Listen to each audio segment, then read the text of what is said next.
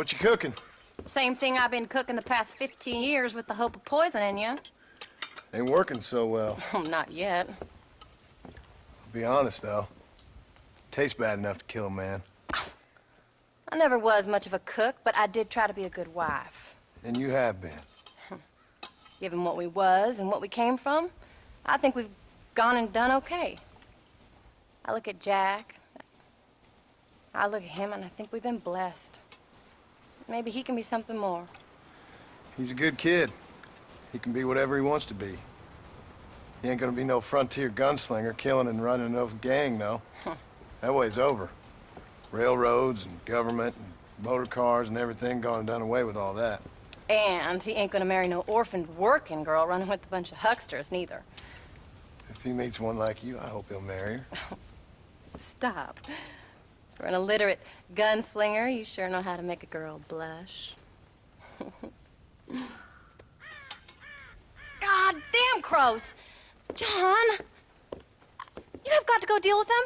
They've broken into the silo again and are eating all the corn out from it. Of course, my angel. Wait, get out of there. All right, all right. Come on.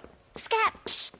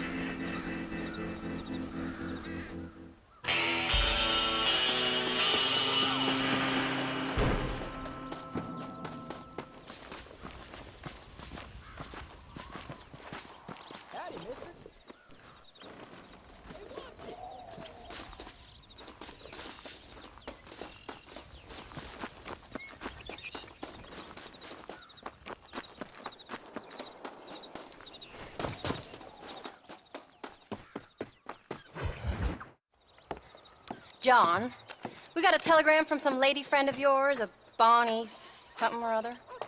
Something you ain't telling me? Bonnie McFarland. She's a friend. Saved my life when I went after Bill and nearly got myself killed again.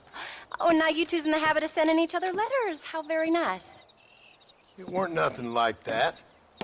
What's it say? I don't know. I can't... Well, you know I can't read. Give it here. You read that thing out loud? I ain't hiding nothing. Dear Mr. Marston, stop. Need corn sacks. Stop. Emergency. Stop. Weevils and moths ate entire county supply. Stop. Can you help? Not exactly the most romantic request, now is it? I guess not. She saved your life, you say? Yes, ma'am. Well, then you're gonna have to help her and her family out. We've got a plentiful supply of corn sacks over near the silo. About the one thing Uncle didn't manage to have stolen while we was gone. Okay.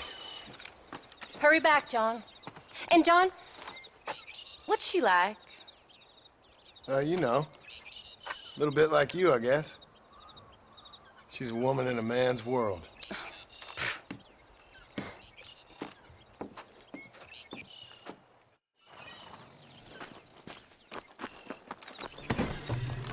John! Wait! I changed my mind. I'm coming with you. Well, come on then. Let's get going.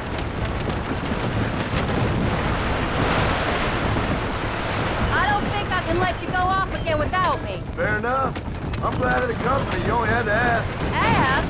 I was waiting for you to ask me. I thought you'd want to keep an eye on the boy. Oh, while you were off cavorting with cowgirls in the next county?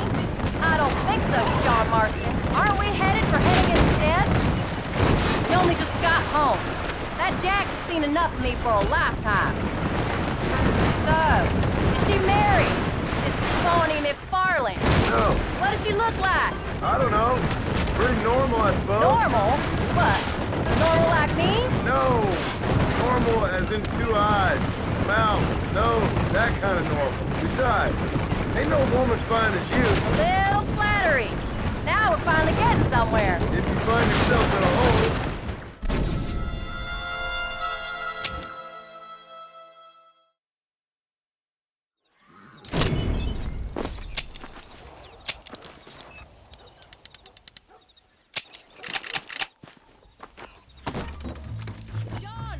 Wait! Maybe I should meet this McFarlane woman. What are you waiting for? We better hurry.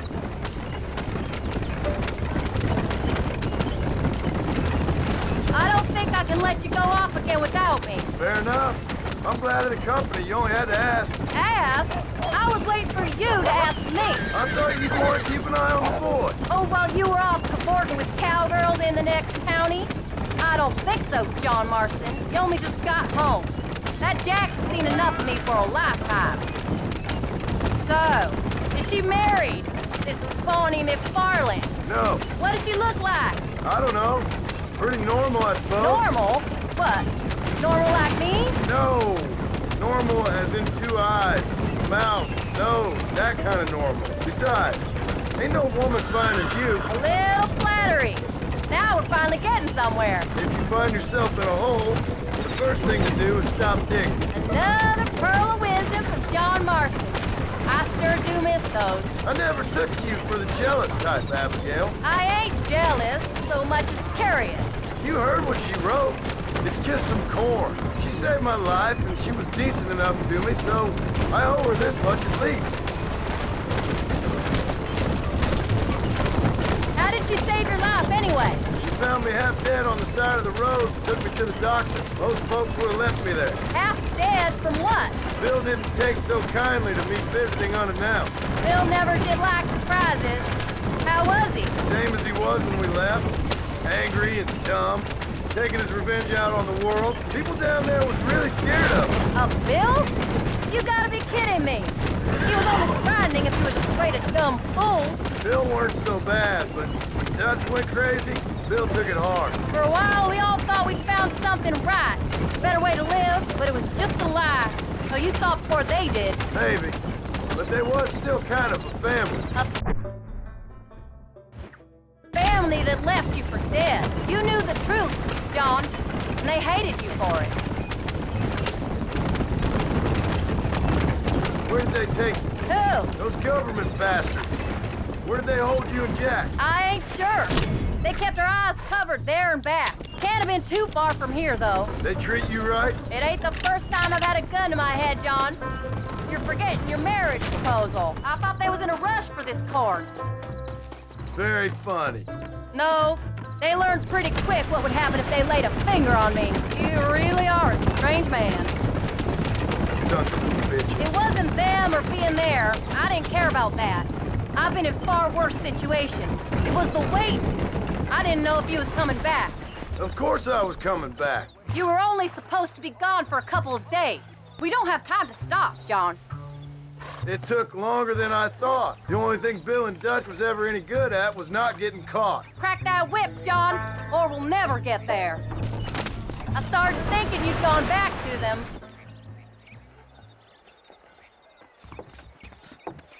You came. Thank you so much. We lost the entire harvest. Miss McFarland, I'd like you to meet my wife, Abigail. Oh, ain't you quite the gentleman all of a sudden? It's a pleasure to meet you, Mrs. Marston. Likewise. Thank you for saving my husband's life, and for teaching the miserable goat some manners, among other things. I didn't teach him anything.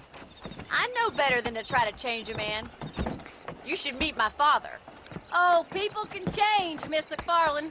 John and I have to believe that more than anybody. This is a decent first harvest for you, John. You should be proud. That's good land you got there. How are you feeling, Mrs. Marston? From what your husband told me, it must have been awful for you. I've been through worse, and I knew he'd be back before too long. He can't cook a meal to save his life. Abigail, in my darkest hours when I was most homesick, just the thought of one of your rat meat stews kept me pushing forward. Well, about as amusing as a weeping saddle sore, ain't he, Miss McFarland? If you're gonna start yammering about women's work, John, I'd say you might be in the wrong company. I'd say so, too. I never felt so outnumbered.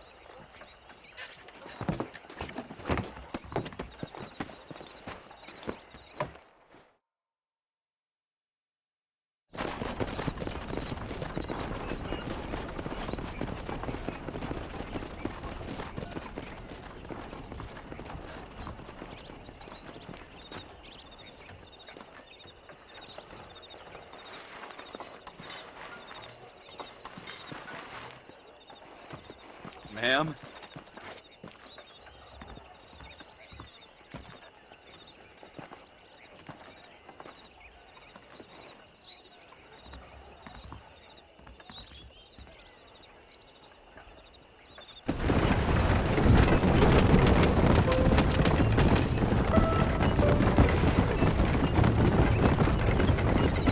So that was the famous Bonnie. That was her, all right. She's pretty. She's normal, like I said. Well, you always wanted to be a rancher. I'd have thought she'd be just your thing. The perfect rancher's wife, if I ever saw one. I already got a rancher's wife. I'm only teasing. I like her, and I'm glad she saved your life. Most of the time, anyways. The McFarlands are good people. She did blush better than a shepherd's sunset when she saw you, though. I have that effect on women. You clearly had one too many blows to the head. You ain't wrong about that, Mrs. Marston. That's quite a ranch they got there. That'll be us someday. As soon as we get back on our feet. I don't know, John. How many times can we start again? An outlaw and a working girl. We ain't exactly farmers. We are now. Forget that life. It's over. Do you really believe that? We have to. It's the only way we'll ever have a future. The life we led, that doesn't go away. It's never over. You think those government men are just gonna leave us alone now? The old gang's dead. I did what they asked. And that's it? A life to cry, forgiven? We're back together, ain't we? Until they decide you owe them something else. Sometimes I think I was the stupid one for believing I could get out. Maybe Dutch, Bill, and Javier were just being honest with themselves. You ain't perfect, John, and I sure ain't. But you're better than they are, than they were. Maybe we can't change. And we gotta try, for Jack's sake. Even if we have to start again 100 times. It's better than going back to what we were. How's Jack doing? Angry, upset. He's been through a lot. I hope he's gonna be all right. It's gonna take time. For a while, his world was safe. Normal, even. Then it got turned upside down again. He ain't saying much about it. I've tried to talk to him, but how do you explain any of it? What do you say when he asks about Uncle Bill and Uncle Dutch? They were family when he was a little boy. He hides away in those books of his. Wouldn't you? It ain't like the real world's done him many favors. He's just been kidnapped. He grew up with the gang. That's no life for a boy. We did our best to protect him. Come on, John. He saw things no boy should see. Well, Now we got a chance to make it right.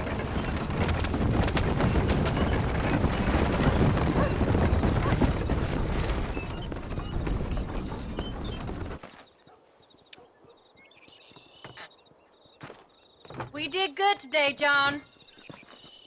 I guess I better go fix us something to eat.